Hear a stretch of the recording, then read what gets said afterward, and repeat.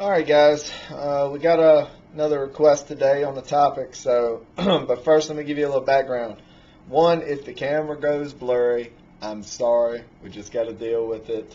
I don't have contacts in. I can't see anything in front of my face simply because I'm dealing with my son who has the stomach bug. You may hear the monitor in the background going. I don't know if you can. So that forced me to stay up all night long. When that forced me to stay up all night long, with him being sick, it triggered probably the worst migraine I've ever had in my entire life. And if any of you suffer from migraines, I do not wish that on any human being on the planet. They are horrible. So anyway, I got a message a few minutes ago through Facebook asking me to do a video on how not to judge a situation too quickly. And how to keep our mind from always going to the negative of a situation. So we're going to cover a couple things. I may jump around a little bit, but hang in there. It's going to be a longer video, but I promise if you wait to the end and actually hear it all, it's going to make great sense. So being that I got this about 15 minutes ago, this is zero thought process. This is just kind of spitting what I've learned.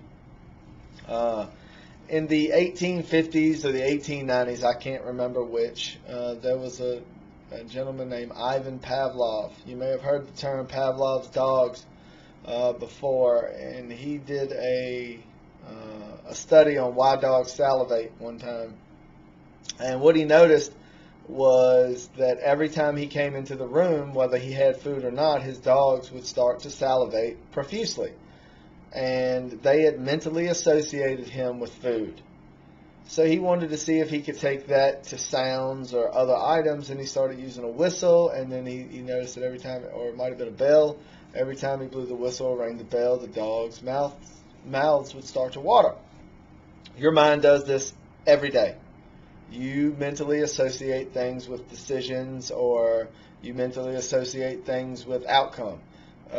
So that kind of triggers you to want to be a judgmental negative person. So we're going to cover a few things to help you get around that. And from my experience, the number one thing you need to focus on in that situation is doubt. Now, doubt is a tricky subject because it can go both ways. You can use doubt as a positive or a negative. And I'll use an example. In our world today, Facebook and phones make up a lot of people's time. And if you take someone who's a naturally trusting person and you say, hey, do you think your spouse would ever cheat on you or talk to someone on Facebook? And they say, I doubt it. They're very trusting, they're very happy, they're very committed, and they have a positive attitude about their spouse or their significant other, whatever. But then you take someone who's very funny about their phone and very funny about their Facebook, and every time you walk into the room, they turn the phone away from you or cover it up. Now that has created the negative side of doubt. Now you feel like they're hiding something. Now you feel like there's something they don't want you to see. So that doubt is going to manifest itself into just all kinds of negative thoughts and all kinds of negative actions. So there's doubt. Another form of doubt that your mind has been trained to do is, let's just say you're building a deck at your house over the weekend and someone wants to be nice to you and they go, hey, do you need some help on your deck this weekend? Sure. Come Saturday or whatever, no call, no show, no nothing, or call and some excuse as to why they can't help. Well, now that doubt has formed an expectation that people do not follow through with what they say. And your mind has learned. Now, if we also follow through our course as humans through the years, we have had to learn to look at a situation, judge it very quickly, and make a decision on what we saw, what we heard, what we felt. That was our fight or flight and survival. So with that, we never really focused on outside influence, such as doubt or things that people have told us that we've mentally trained our mind to kind of go about a different thought process. But number two, I think that you need to focus on is expectation. You need to drop all expectation out of your life.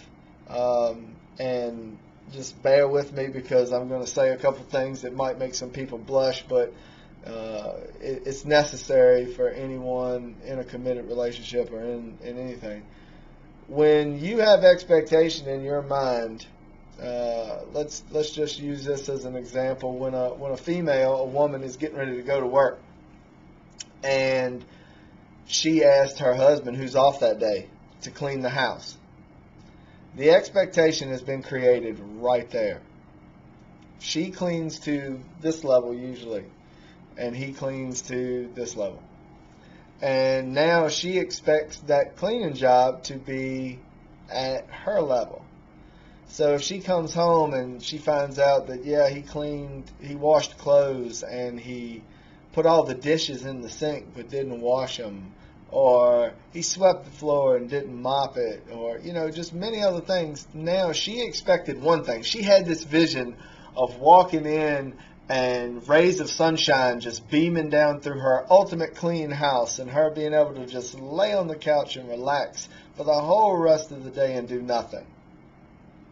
Now that expectation that she created has been ultimately not met.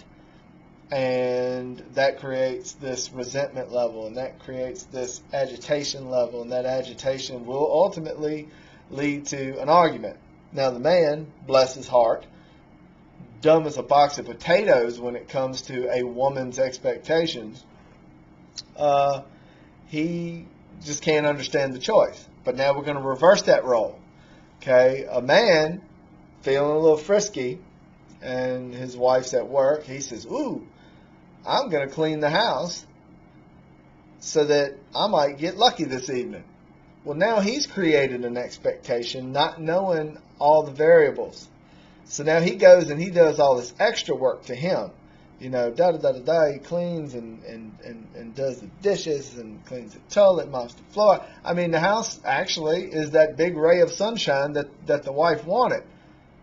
Problem is, he doesn't know that she got bashed at work 10,000 times, or she's mentally drained, or whatever the case. Now he's created this expectation of this awesome mind-blowing evening with his wife getting frisky. Doesn't happen. So now that's agitation, resentment, anger. That will lead to an argument, and that was from expectation. So if we take and look at doubt and expectation and how we've been trained to deal with people on a judgment level, and we say, okay, I'm going to remove doubt from the situation by saying whatever this person tells me, I'm going to take at face value. Okay? Or whatever this person just did to me, I'm going to take it as what it is, and I'm not going to have any expectation as to why they did it or what it did to me. And I'm going to create this positive bubble in my mind that I only let in what I want. I am not going to let any of the negative thoughts come into my brain.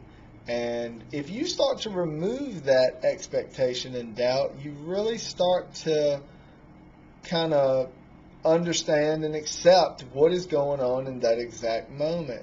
And if we can do that, we don't expect anything from anyone. And we start to rely solely on ourselves in everything that we do, and we take those people for what they are. And that will start to change your mind, and that will start to say, okay, my brain isn't going to go to this negative place that it always does, that people are just going to let me down. You just understand, people are people. They have different events in their life that went on that day that may not the next day. And that, remember, we need to wake up the very next day being the best person we can be to make everyone else's day better, to in turn make our day better. And they may not be in the same point of their mental journey that you are.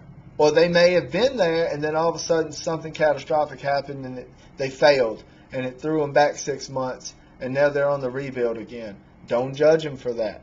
You know, you're not judged by all your failures. You're not a failure because you failed 9,000 times if you can only succeed just once. So I think if you just kind of stop for a minute, remove expectation and doubt out of your life, you will notice that you don't judge situations as fast. If you just be patient, exercise some sort of patience with people, which is really hard. I could do a whole video on patience because for years I didn't have much. Kids will teach you that fast. So anyway, if this didn't exactly answer your question, I know I rambled a little bit, but I'm sorry. If you wanted me to be more specific, send me a message. Number two, guys, if again I've got 300 to 400 friends on my Facebook page, but I'm only getting 100 views on Facebook. And for some, I understand this may not be your thing, but if you feel like this helped you to understand anything, or it could help anyone, share it. Tag them in it. Say you need to watch this video. This will help you. These things I do because these are struggles that I have gone through myself, and no one ever talks about what they really feel because they want the world to think that their life is perfect on Facebook. Oh, I've got the greatest husband ever. I've got the best boyfriend ever. They're blah, blah, blah, blah, blah. People all go through struggles, and I would rather see someone real standing in front of me than this fake life that people are building to believe that the world is all sunshine and roses. We want it to be, and we're going to be positive to strive for it. But remember, if you think the world's all sunshine and roses, you're setting up an expectation that's going to ultimately lead you to failure. So again, share, tell everyone, and enjoy. And you guys have a great day and keep your head up, and we'll see you tomorrow. Thanks.